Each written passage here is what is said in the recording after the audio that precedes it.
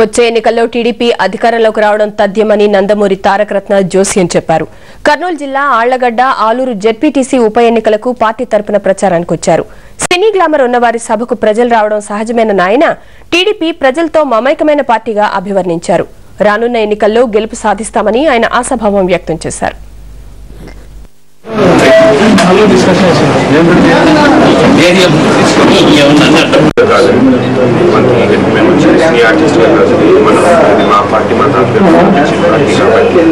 ఇప్పుడే కాదండి, పార్టీ స్థాపించిన దగ్గర నుంచి మా ఫ్యామిలీ అండగానే ఉంది.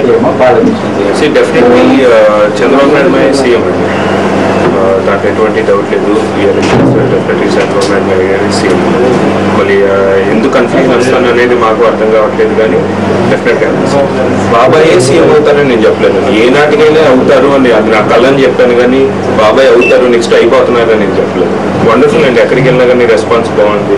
డెఫినెట్గా ఈసారి గెలుస్తామనే నమ్మకం మా పార్టీకి ఉంది. సో మేమందరం ఉన్నాం కాబట్టి మా బాబాయ్ ఎలా డిసైడ్ చేస్తే అలా కూడా మేము ప్రచారం చేయలేదు.